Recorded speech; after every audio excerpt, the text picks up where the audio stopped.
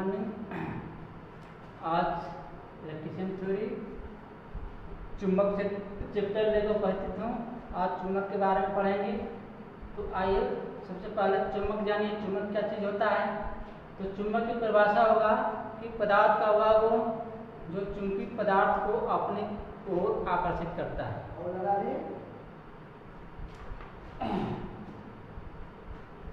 बोल तो रहे चुंबक यानी चुंबक क्या चीज होता है। यानी चुंबक की परिभाषा ये होगा कि पदार्थ का वह गुण जो चुंबकीय पदार्थ को अपनी ओर इकट्ठा करते हैं यानी खींचता है, उसे चुंबक कहते हैं।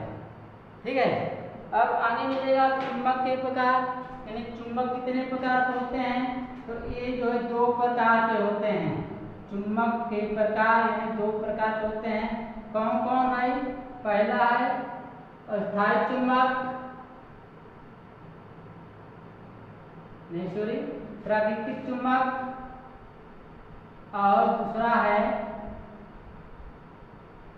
अस्थायी चुंबक। अस्थायी चुंबक तो देखिए प्राकृतिक चुंबक में वह चुंबक ये एक तरह का खनिज पदार्थ होता है जो पृथ्वी के कच्चे धातु के रूप में मिलते हैं। पृथ्वी से कच्चे धातु के रूप में प्राप्त किए जाते हैं, जिसे लोड स्टोन के नाम से भी जाना जाता है। प्राकृतिक चुंबक को लोड स्टोन के नाम से भी जाने जाते हैं, उसे प्राकृतिक चुंबक कहते हैं। और अस्थायी चुंबक इसमें जो है जैसे में आपका आ जाएगा विद्युत मोटर, पंखा, ट्रांसफार्मर, ये जो अस्थायी चुंबक में आएंगे। जैसे मानिए इसमें मैग्नेट बनने पर जो विद्युत धारा को या विद्युत को जो है अपनी तरफ आकर्षित करता है, ये जो है काफी दिनों तक तो जो है इसमें चुंबक का गुण नहीं रहता है। तो ये जो है अस्थायी चुंबक में आएंगे। ठीक है। अब आगे मिलेगा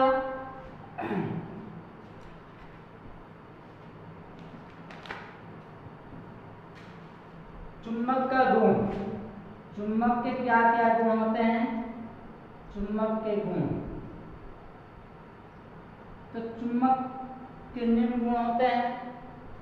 ये समान ध्रुव को आपस में यानी समान दूर रहेगा तो आकर्षित नहीं करेगा, यानी दूर उसको छोड़ेगा, दूर हटेगा। जिसे माने दो तरह का चुंबक है, नॉट एन। तो ये ध्रुव समान दूर होगा तो ये जो है प्रतिकर्षित होगा यानी दूर हटेगा, प्रतिकर्षित यानी छोड़ेगा यानी भागेगा, दूर हटेगा। और यही असमान दूर रहेगा यानी NS होगा, नॉर्थ साउथ होगा।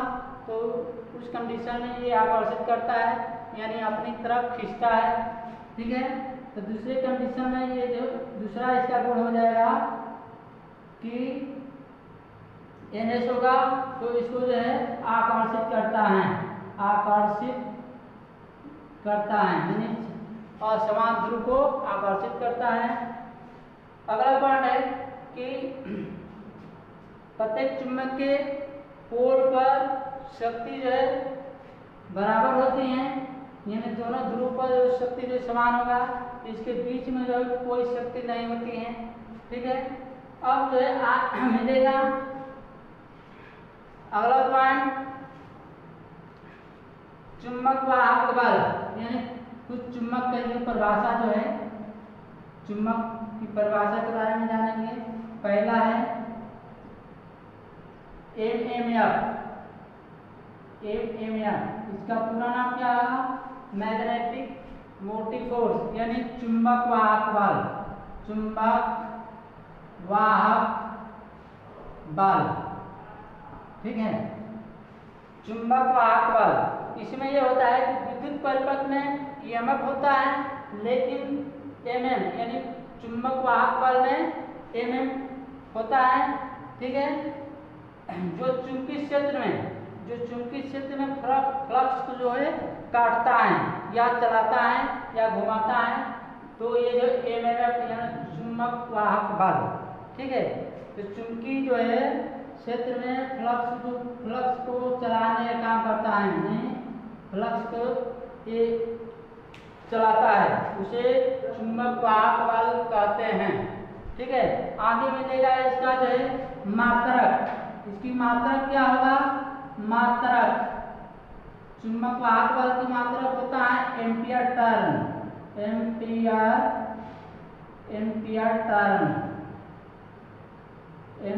टर्न।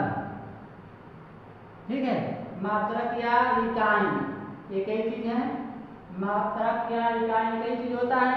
ठीक है, आगे मिलेगा आपका प्रतिष्ठम। 2 नंबर है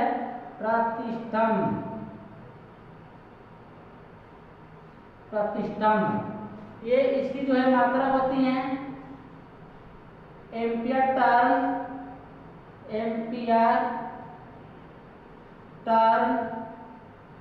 प्रति वेबर।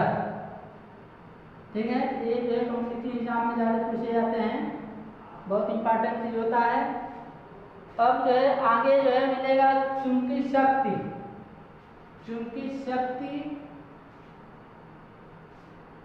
अगला पॉइंट है चुंबकीय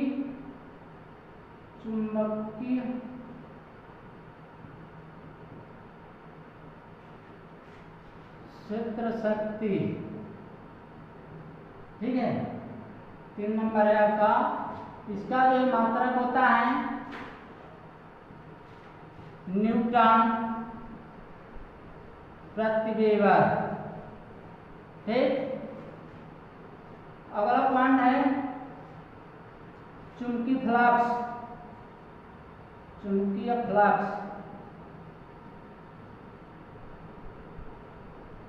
का मात्रक होता है वेबर।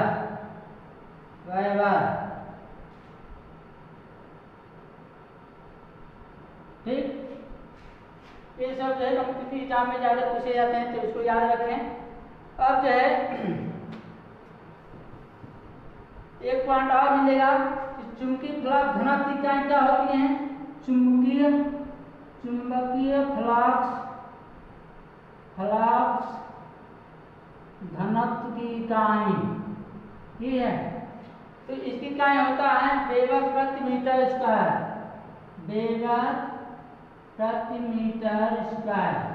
इसको याद रखिएगा, शॉर्टकट में बता रहे हैं, कॉम्पिटिटिव एग्जाम में काम करेगा आपका। तो ये जो है देखिए नियम और उपयोग, कौन सा नियम कहाँ प्रयोग किए जाते हैं, किस पर प्रयोग किए जाते हैं, तो उस पर जो है उसके बारे में जानेंगे। तो पहला है आपका एम्पियर का नियम। एम्पियर का नियम कहाँ प्रयोग किए जाते हैं? यानी ओवरहेड लाइन में।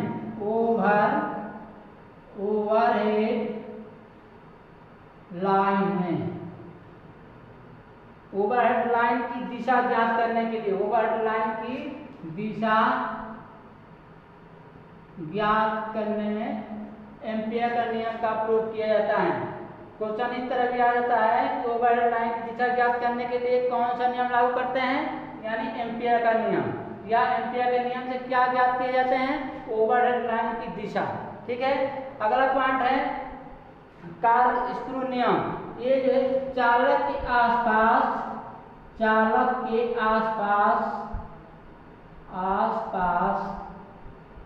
चुंबकीय क्षेत्र। ठीक है, चालक के आसपास चुंबकीय क्षेत्र की दिशा, यानी मैग्नेटिक फील्ड की दिशा ज्ञात करने के लिए कार्ल स्क्रू नियम का प्रयोग किया जाता है। ठीक है, तो क्वेश्चन जैसे भी बना सकते हैं, कार्ल स्क्रू नियम का प्रयोग कहाँ किए जाते हैं, या चुंबकीय क्षेत्र की दिशा ज्ञात करने के लिए कौन सा नियम लागू करते हैं, यानी कार्ल स्क्रू नियम का प्रयोग करते हैं। अब जो है एंड नियम का प्रयोग कहाँ किए जाते हैं? चुंबक यानी विद्युत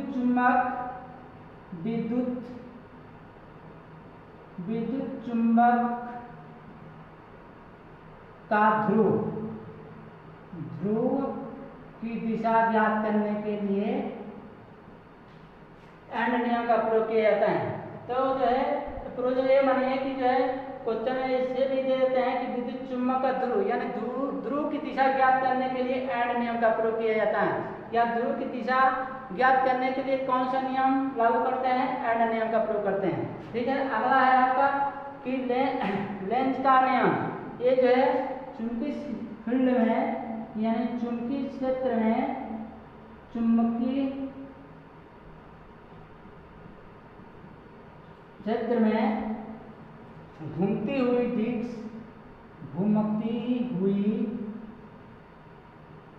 डिस्क की दिशा ज्ञात करने के लिए लेंज का नियम का प्रयोग किया जाता है। अब क्या दिया है कि फ्लेमिंग के दाएं हाथ के नियम से क्या ज्ञात किए जाते हैं? फ्लेमिंग के दाएं हाथ के नियम से क्या ज्ञात करते हैं? तो ये ईएमएफ की दिशा, इससे जो है जनरेटर में ईएमएफ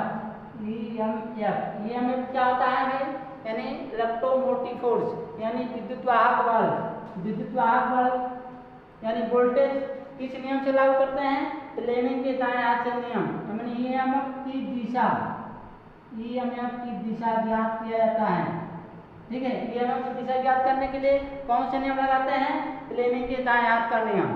अब अगला पॉइंट मिलेगा कि बाएं हाथ का नियम से क्या ज्ञात करते हैं? यानी मोटर की गति की दिशा,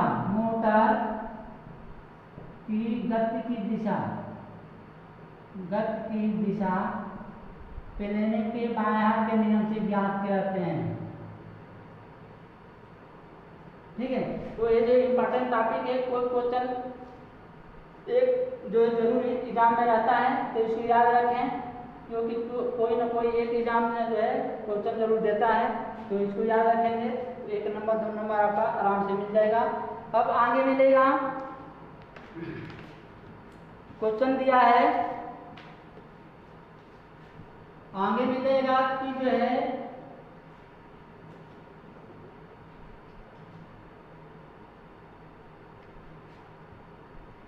दाहिने हाथ के नियम से फ्लेमिंग के दाहिने हाथ का नियम, फ्लेमिंग के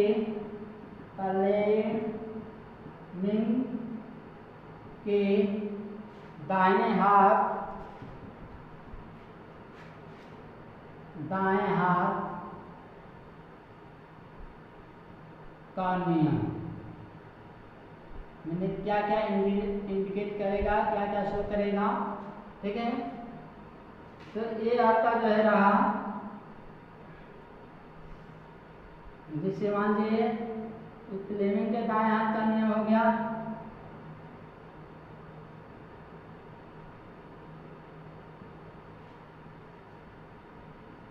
तो इसमें जो है क्वेश्चन दे देगा कि अंगूठा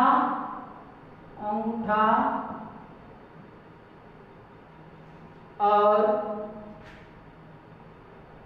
पहली अंगुली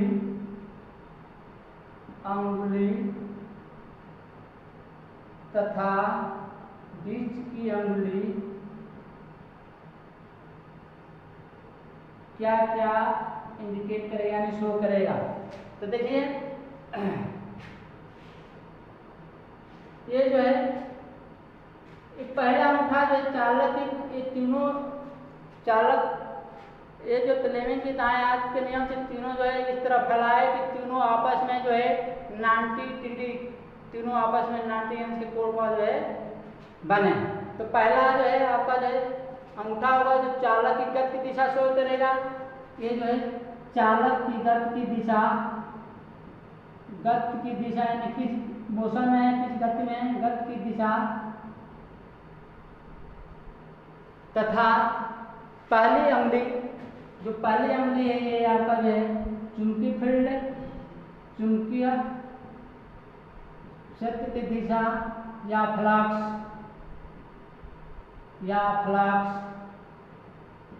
प्रकट करेगा तथा बीच की अंगुली धारा की दिशा यानी धारा की दिशा। ये तीनों जो है अंगूठा जो है चालक की गति की दिशा, पहली अंगुली चुंबकीय क्षेत्र की दिशा और बीच वाली अंगुली जो है होती हैं वो धारा की दिशा जो है इंगित करेगा यानी शो करेगा। तो ये रहा आपके जो है फ्लेमिंग के दाएं हाथ का नियम। ठीक है, तीनों को उंगलियों को इस बार फैलाए, तीनों आपस में 90 अंश का कोण बनाए। फिर अंगूठा जो है चालक की गति की दिशा, पहली अंगुली चुंबकीय फील्ड की दिशा, और बीच की अंगुली जो है ईएमएफ यानी धारा की दिशा या ईएमएफ की दिशा इंडिकेट करे यानी शो करे। तो ये रहा आपका जो है फ्लेमिंग के दाएं हाथ का नियम। ठीक है, उसी तरह फ्लेमिंग के बाएं हाथ का नियम ठीक उसी तरह है कि तीनों पहली अंगुली बीच की अंगुली ये तीनों जो है आपस में 90 अंश के कोण पर बने तथा अंगूठा चालक की गति की दिशा, पहली अंगुली चुंबकीय क्षेत्र की दिशा और बीच की अंगुली ईएमएफ यानी धारा की दिशा इंगित करता है या शो करता है।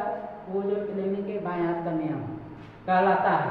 ठीक है, तो अब आइए इस पर कुछ जो है क्वेश्चन जो है बनाए हैं। दिया है कि अस्थायी चुंबक को गर्म किया जाए तो क्या होगा। अस्थायी चुंबक को अगर गर्म करते हैं तो क्या कंडीशन होगा, मतलब क्या होगा, सही होगा या खराब होगा।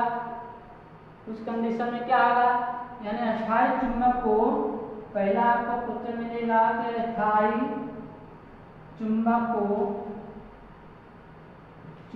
को गर्म किया जाए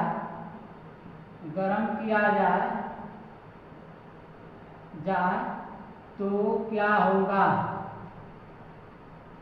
क्या होगा भाई, दिया है ऑप्शन में कि चुंबकीय गुण बढ़ जाता है या नष्ट हो जाता है।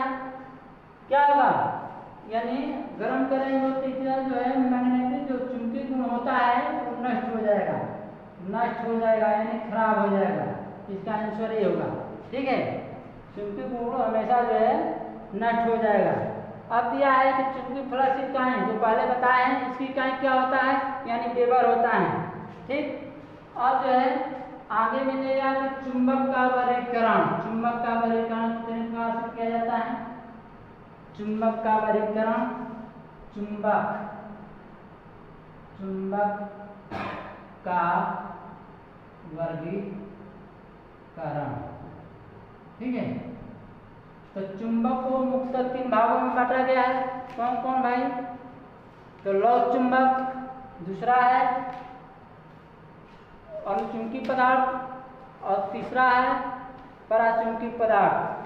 ठीक है, ये जो है 3 भागों में लौह चुंबकीय पदार्थ, दूसरा अनुचुंबकीय पदार्थ और तीसरा जो है पराचुंबकीय पदार्थ। तो पहला आपका आ जाएगा कि लौह चुंबकीय पदार्थ, लौह चुंबकीय पदार्थ।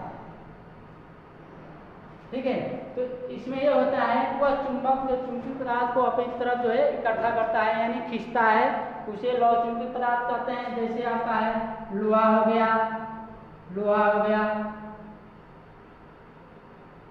क्वार्ट्ज हो गया। ठीक, और दूसरा है आपका अनुचुंबकीय पदार्थ। इसमें जो है चुंबक को जो है बहुत कम आकर्षित करता है। जैसे आपका है एल्युमिनियम हो गया, एल्युमिनियम, बिस्मथ,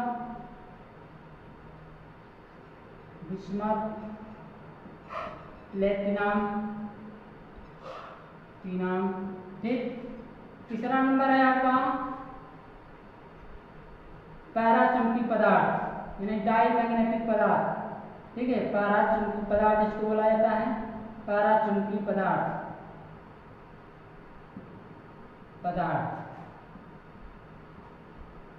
तो इसमें बिल्कुल चुंबक गुण नहीं होता है। ये जो चुंबक को आकर्षित किसी भी प्रकार के वस्तु को जो आकर्षित नहीं करते हैं वो जो है पराचुंबकीय पदार्थ आते हैं। जैसे में आपका हो जाएगा कांच, पेपर। ठीक है, ये जो है इसमें जो है चुंबक का गुण नहीं होता है, ये चुंबक जो है इसको आकर्षित नहीं करता है। ठीक है, तो ये आपका रहा है चुंबक का वर्गीकरण, लौह चुंबकीय पदार्थ, चुंबकीय पदार्थ, मैग्नेटिक पदार्थ। ये जो है ये भी इम्पोर्टेंट चीज होता है। तो आज का वीडियो इतना ही रहे।